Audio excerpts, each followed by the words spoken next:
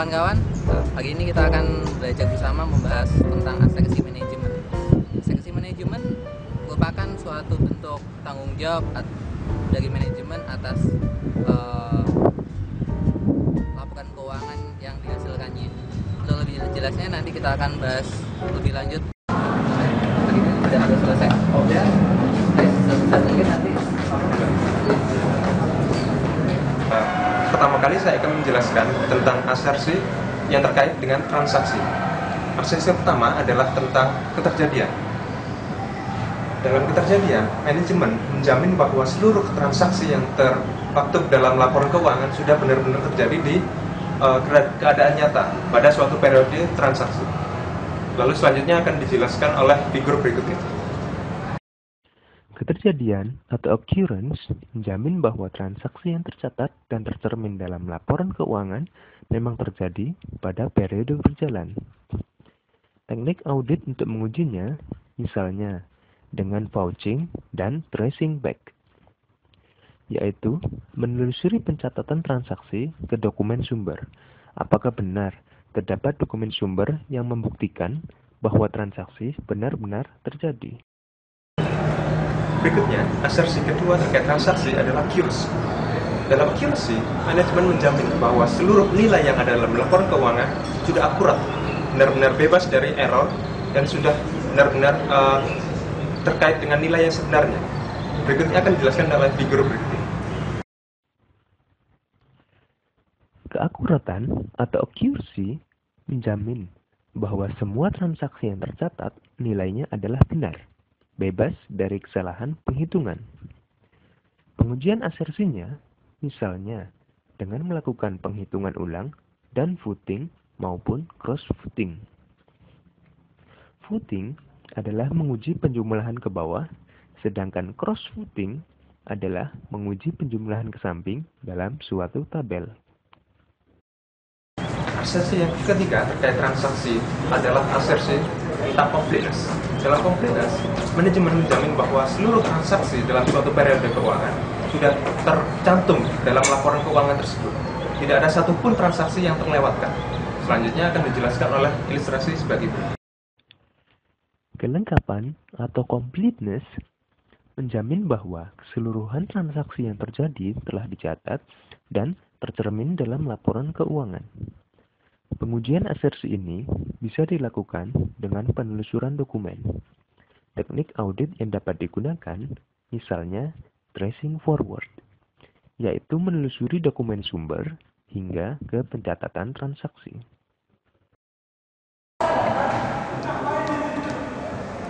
Aseksi manajemen terkait dengan transaksi selanjutnya adalah aseksi tentang klasifikasi. Aseksi tentang klasifikasi merupakan suatu pernyataan dari manajemen bahwa seluruh transaksi telah diposting pada akun-akun yang tepat. Untuk gambaran lebih lengkapnya, kita akan lihat ilustrasi berikut ini. Sebagaimana telah dijelaskan sebelumnya, aseksi klasifikasi merupakan suatu bentuk pernyataan bahwa transaksi telah dikategorikan pada akun-akun yang tepat. Salah satu teknik atau metode yang dapat digunakan untuk menguji asersi klasifikasi adalah pengujian dokumen. Dokumen diuji dari dokumen sumber hingga pencatatannya. Salah satu bentuk dari pelanggaran asersi klasifikasi adalah pencatatan gaji bagian administrasi sebagai komponen dari harga pokok penjualan.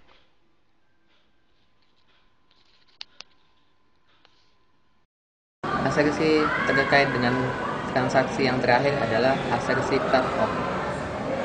Cut-off berarti manajemen telah menyajikan seluruh transaksi pada periode yang tepat. Berikut kita akan menyajikan ilustrasi terkait dengan asersi cut-off. Tujuan dari pengujian asersi cut-off adalah untuk memastikan bahwa semua transaksi yang terjadi telah dicatat pada periode yang tepat. Transaksi yang mempunyai potensi salah saji yang besar adalah transaksi-transaksi yang terjadi di sekitar akhir periode akuntansi. Salah satu teknik yang dapat digunakan untuk menguji asersi cut-off adalah penelusuran terhadap dokumen.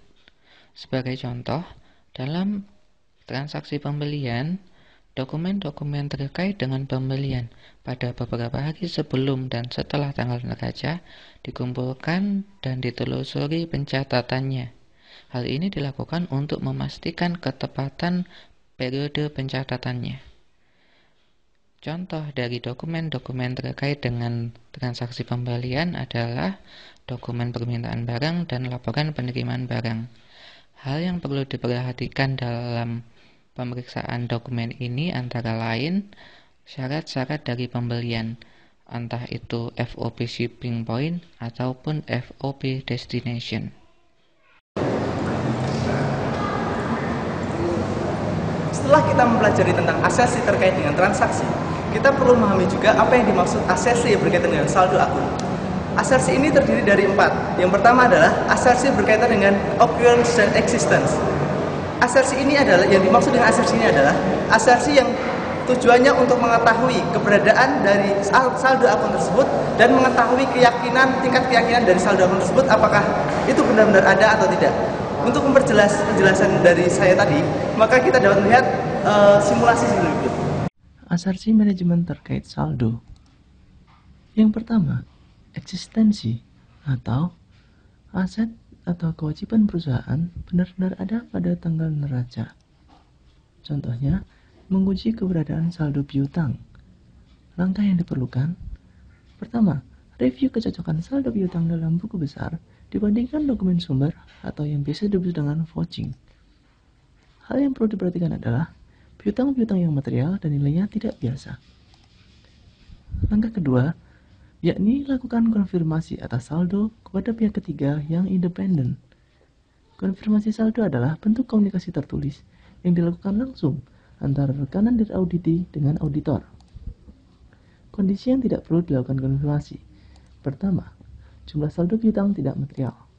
Kedua, penggunaan konfirmasi menjadi tidak efektif, misalnya karena penggunaan distributor tunggal oleh auditi. Yang ketiga, adanya ketentuan umum yang tidak memungkinkan terlaksananya prosedur konfirmasi, misalnya peraturan tentang kerahasiaan data. Jenis-jenis prosedur konfirmasi. Pertama, positive confirmation, yakni responden menyatakan setuju atau menolak terhadap informasi yang dinyatakan. Kedua, blank confirmation, yakni responden mengisi saldo atau informasi lain sebagai jawaban atas suatu hal yang dinyatakan. Dan yang ketiga, negative confirmation, yakni responden memberikan jawaban hanya jika tidak setuju atas informasi yang dinyatakan. Selanjutnya, yang kedua adalah asersi berkaitan dengan completeness atau kelengkapan dari laporan tersebut. Nah, di sini asersi ini bertujuan untuk mengetahui apakah seluruh saldo akun yang dilaporkan telah mencakup seluruh saldo yang seharusnya dilaporkan berkaitan dengan transaksi yang telah terjadi.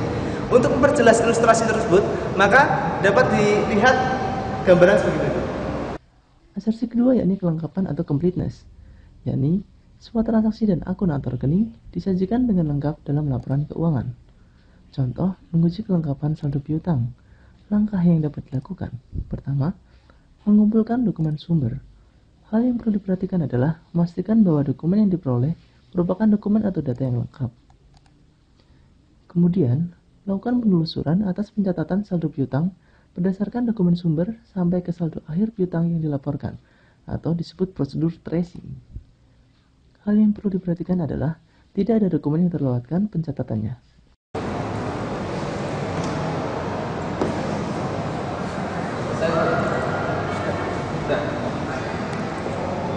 Oke, asersi selanjutnya yang ketiga dari saldo akun adalah asersi valuation dan allocation atau asersi penilaian dan alokasi. Asersi ini memberikan jaminan dari manajemen kepada auditor bahwa aset, kewajiban, serta ekuitas telah disajikan dengan sebenar-benarnya serta telah melalui proses penyesuaian dan ada pada nilai net realizable value. Untuk lebih jelasnya, mari kita saksikan uraian berikut. Asersi valuation and allocation berkaitan dengan apakah aset, kewajiban, dan ekuitas sudah dicatat atau dimasukkan ke dalam neraca dengan jumlah yang benar atau sesuai, termasuk semua penyesuaian dan jumlah aset pada net realizable value-nya. Untuk program auditnya. Sebagai contoh, pada audit atas piutang, yang dapat dilakukan dalam proses audit ini adalah yang pertama, melakukan wawancara dengan manajer untuk membuktikan kebenaran saldo atas asersi valuation and allocation. Misalnya, menanyakan kepada manajer tentang kebijakan pencatatan piutang dan memeriksa pembukuan piutang, apakah pembukuan piutang tersebut sudah dilakukan sesuai dengan kebijakan perusahaan, termasuk pengalokasian piutang tak tertagih dan bad debt expense-nya. Contohnya, pada laporan keuangan PT Simplicity berikut, dapat kita lihat bersama bahwa piutang lain-lain terdapat sebesar Rp72.500.000. Asersi valuation and allocation, di sini harus manajer harus bisa menjelaskan bahwa saldo sebesar Rp72.500.000 tersebut sudah net realizable value dan sudah dikurangi atas alokasi piutang tak tertagihnya. Untuk selanjutnya, asersi yang keempat mengenai saldo akun, yaitu right and obligation atau hak dan kewajiban. Penjelasannya adalah segala sesuatu yang tercantum dalam neraca merupakan hak dan kewajiban sepenuhnya dari entitas pada saat tanggal disajikan. Untuk lebih jelasnya, mari kita sajikan ilustrasi. Asersi yang keempat atau yang terakhir dari saldo akun yaitu asersi right and obligation. Right and obligation mengacu pada ketepatan bahwa hak entitas merupakan hak sepenuhnya atas entitas tersebut, dan kewajiban atau obligation merupakan kewajiban sebenarnya pada saat akun-akun tersebut disajikan, seperti yang telah kita jelaskan sebelumnya. Untuk melakukan pembuktian asersi ini, misal kita contohkan memeriksa dokumen kepemilikan aset. Dapat kita lihat bersama di sini aset PT Simplicity, bahwa di dalam laporan keuangan aset tetap yang berupa tanah di situ sejumlah 4.200.000.000 rupiah. Di sini dalam proses audit dapat kita periksa bukti kepemilikan atas tanah tersebut. Apakah tanah senilai 4.200.000.000 tersebut semuanya bersertifikat hak kepemilikan atau hak guna oleh PT Simplicity, atau ada dari sejumlah 4.200.000.000 tersebut ada sejumlah tanah yang masih dalam sengketa. Dalam proses audit kita juga dapat melaksanakan atau dapat menanyakan tentang kasus-kasus hukum yang ada pada tanah-tanah yang dimiliki PT Simplicity. Apakah ada kasus hukum atau tanah yang masih dalam status sengketa yang sudah dicatat dalam aset tetap, padahal mungkin bukti kepemilikannya atau sertifikatnya tidak ada.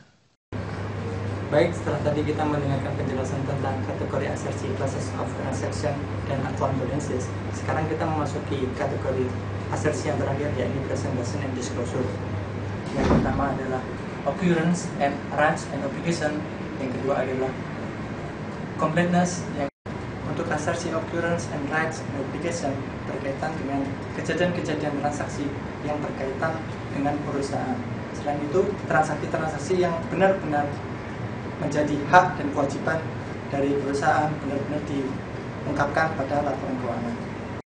Untuk lebih jelasnya, kita lihat ilustrasi sebagai berikut. Pembahasan yang pertama adalah mengenai asersi occurrence. Pengujian asersi ini digunakan untuk memastikan bahwa seluruh akun dan komponen pada laporan keuangan telah disajikan sesuai dengan keseluruhan peristiwa yang benar-benar terjadi dan berkaitan dengan entitas. Dalam menguji asersi keterjadian pada kategori asersi presentation and disclosure, auditor dapat melakukannya dengan menganalisis laporan keuangan melalui analytical procedures. Misalkan dengan membandingkan data cross-sectional dengan akun-akun lainnya, atau bisa juga dengan membandingkan data time series dan dengan akun-akun yang sama pada tahun-tahun sebelumnya. Sebagai contoh, auditor dapat membandingkan satu akun dengan akun yang sama pada tahun-tahun sebelumnya dan mengambil pengujian terhadap akun yang memiliki perbedaan signifikan dengan tahun-tahun sebelumnya sebagai indikasi awal. Penyajian akun tersebut dapat dijadikan concern audit oleh auditor dalam membuktikan apakah akun tersebut overstated atau understated. Auditor juga dapat menganalisis melalui rasio yang umum digunakan dalam menganalisis laporan keuangan, misalnya dengan membandingkan antara sales atau pendapatan usaha dengan profit, atau juga dapat dibandingkan cost of goods sold dengan rata-rata inventory, atau dengan rasio keuangan lainnya yang relevan dengan entitas. Seperti pada contoh laporan laba rugi komprehensif berikut, di mana peningkatan operating revenues dari tahun sebelumnya justru memberikan dampak penurunan yang signifikan terhadap operating income. Auditor dapat menjadikan ini sebagai concern audit terhadap akun-akun tersebut dan akun-akun lain yang mempengaruhinya. Misalnya, auditor dapat memfokuskan audit terhadap akun operating expense atau akun other charge. Setelah melakukan analisis tersebut, pemeriksaan dapat difokuskan terhadap akun yang mengalami perubahan signifikan atau tidak wajar, baik secara jumlah maupun besaran rasionya. Untuk mengetahui apakah penyajian akun tersebut sudah sesuai dengan kondisi sebenarnya dan berkaitan dengan perusahaan atau tidak. Setelah ditentukan concern audit, selanjutnya dapat dilakukan dengan opsi pemeriksaan, misal dengan metode trace back, yakni dengan menguji kesesuaian pengujian melalui penelusuran terbalik dari laporan keuangan menuju transaksi. Auditor dapat memfokuskan pemeriksaan terhadap item-item expense yang sering terjadi berulang-ulang atau yang memiliki jumlah rupiah yang besar. Auditor menelusuri dari penyajian laporan keuangan yang ditelusur balik ke saldo akun hingga pencocokan dengan bukti-bukti transaksi. Dengan cara ini diharapkan dapat mengetahui keterjadian atas transaksi yang dimulai dari analytical procedures hingga pelaksanaan audit dapat lebih efektif. Asersinya selanjutnya adalah mengenai completeness. Asersi completeness berkaitan dengan transaksi-transaksi atau pengungkapan yang harus diungkapkan kepada laporan keuangan benar-benar harus diungkapkan. Untuk lebih jelasnya, kita lihat pada ilustrasi sebagai berikut. Selanjutnya adalah mengenai asersi rights and obligations. Dengan asersi rights and obligations, auditor menguji apakah perusahaan sudah mengendalikan hak atas aset dan kewajiban atas liabilities dari perusahaan dengan benar pada saat tanggal pelaporan. Contoh peristiwa yang dilakukan adalah pada saat perusahaan melakukan kombinasi bisnis seperti akuisisi terhadap perusahaan lain, auditor harus memastikan proses hukum akuisisi sudah diselesaikan pada saat perusahaan menyajikan laporan keuangan konsolidasian. Selain itu, auditor juga harus memastikan perhitungan konsolidasi dengan entitas terkait sudah dilakukan sesuai dengan standar akuntansi yang dianut. Asersi ini menguji apakah semua yang menjadi requirement disclosure itu sudah semuanya disajikan di seluruh komponen laporan keuangan, baik itu akun-akun pada laporan posisi keuangan, laporan laba rugi komprehensif, laporan perubahan ekuitas, laporan arus kas, dan CALK. Pada pembahasan kali ini, kami mengambil contoh pengujian asersi completeness yang dilakukan untuk menguji kelengkapan transaksi dengan pihak berelasi. Mengingat pengungkapan terhadap pihak berelasi merupakan salah satu requirement disclosure dalam laporan keuangan. Berikut ini adalah contoh pengungkapan transaksi dengan pihak berelasi. Penyajian dan pengungkapan transaksi dengan pihak berelasi yang perlu diperhatikan oleh auditor kurang lebih antara lain: yang pertama, nama pihak berelasi serta sifat dan hubungan entitas dengan pihak berelasi. Yang kedua, nilai transaksi yang terjadi beserta persentasenya terhadap total pendapatan dan beban terkait. Dan yang ketiga, jumlah saldo beserta persentasenya terhadap total aset atau liabilitas. Poin nomor 2 dan 3 ini menggambarkan seberapa besar pengaruh dan dampak yang ditimbulkan atas transaksi pihak berelasi dengan aktivitas perusahaan secara keseluruhan. Di sini auditor harus memastikan bahwa pada penyajian tersebut sudah diungkapkan secara lengkap sesuai dengan kondisi sebenarnya. Auditor harus memastikan asersi completeness terhadap penyajian transaksi dengan pihak berrelasi di laporan keuangan. Langkah audit yang bisa dilakukan antara lain konfirmasi dari pihak ketiga. Konfirmasi terhadap pihak ketiga dapat diperoleh dari konfirmasi hukum dan bank. Selanjutnya, memeriksa dokumentasi terkait. Dokumen terkait yang dapat dijadikan dasar pemeriksaan di sini, misalnya dokumen kontrak dan perjanjian dengan pihak yang bertanggung jawab atas tata kelola, dan juga SPT pajak penghasilan entitas. Yang ketiga, melihat daftar pemegang saham. Proses ini dilakukan untuk mengidentifikasi pemegang saham utama entitas. Selain itu, juga dapat dijadikan dasar kelayakan hubungan dengan pihak berrelasi, serta untuk menemukan kemungkinan pihak berrelasi lain yang tidak dilaporkan. Selanjutnya, pernyataan benturan kepentingan. Pernyataan benturan kepentingan merupakan pengungkapan dari manajemen dan pihak terkait sebagai dasar pengakuan dari pihak manajemen. Dan yang terakhir dengan mereview laporan auditor internal. Review laporan audit internal dapat dijadikan sebagai analisis awal terkait dengan internal kontrol yang terkait transaksi dengan pihak berrelasi. Demikian penjelasan mengenai asersi manajemen dari kelompok 3 kelas 8D D4 khusus Sekolah Tinggi Akuntansi Negara. Semoga menjadi manfaat. Terima kasih.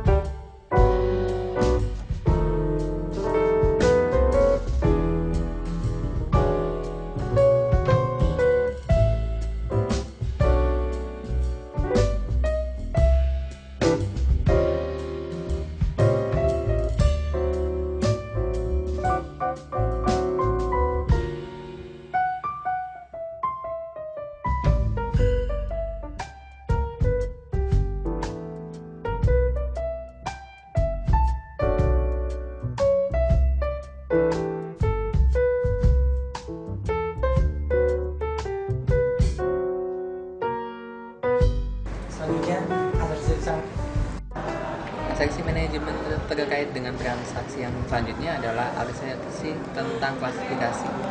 Asersi klasifikasi menjelaskan bahwa manajemen telah